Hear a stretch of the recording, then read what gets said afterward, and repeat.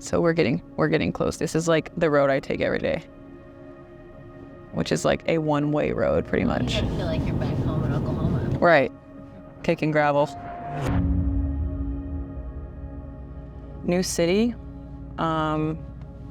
Yeah, I just got here like 9 days ago. So just trying to get my bearings and, you know, all the things. Get my apartment settled, get my cat settled, and obviously I need to settle.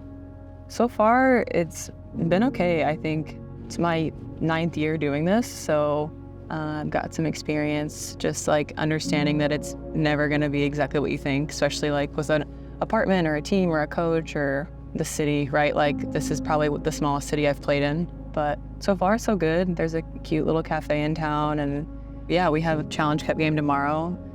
It's the return game, so we're gonna go see the town a little bit and rest up for the game. Volleyball in Oklahoma when I was growing up was growing. Just fell in love with the game. I was playing with the ball like before I could play, you know, and like just keeping it off the floor. And yeah, I fell in love with it. And as I grew up, I chose volleyball over dance. There is like an ability to be like aggressive, and I like didn't really find that outlet before. And I was moving my body in similar ways. You can still be really graceful when you play volleyball and in control of your body, but there was like an aspect of playing with the team and keeping the ball off the floor that like I just couldn't say no to playing anymore. Was there a moment where you're like, I could be really good and I could play in the Olympics? I don't really know if I ever had that moment, to be honest with you. It's hard because there's this balance of it never being enough that we athletes feel. Anxiety started in general, and then it kind of went into some performance anxiety, which I have never experienced in my life. And I was just like not really in my body. Like I was like dealing with things that I didn't think I'd ever deal with, like on the court especially. You don't need to worry about all the noise, right? And I think I got caught up in some spiraling thoughts. It's so funny. People are like, you have those thoughts? I'm like, yeah, man. A lot of people have those thoughts, and it's like how you respond to them. Yeah, I've learned a lot about that experience, and being able to literally play through an Olympics with some really tough performance anxiety. It just taught me so much. Like, you're gonna have to go through it. I think that was the biggest thing, is I wanted to like avoid it.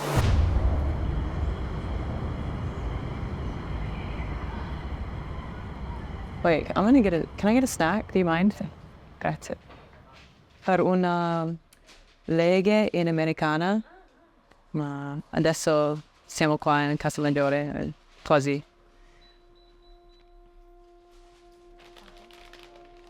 Grazie mille. Buona serata. Ciao, ciao.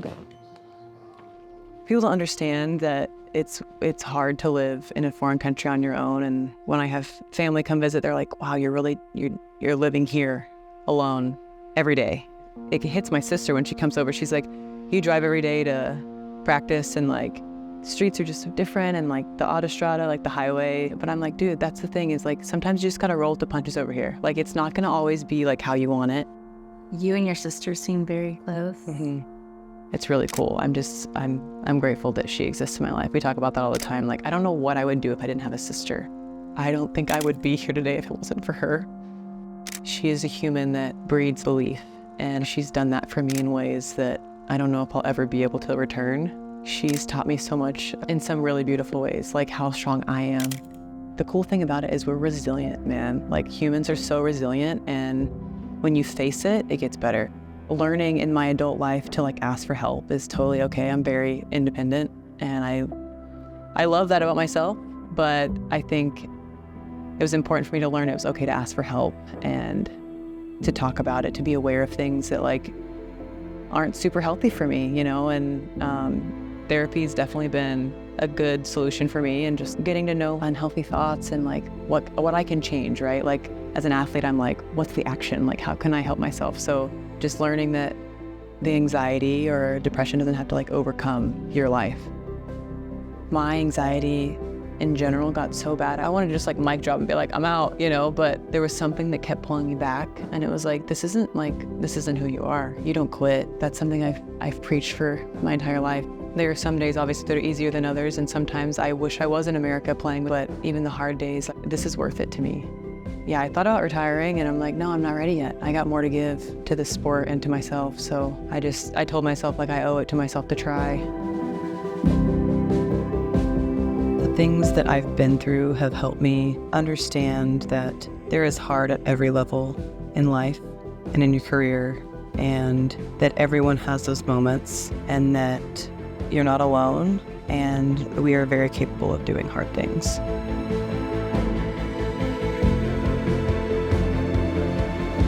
I am beyond stoked for what's to come for this league and for volleyball in the U.S.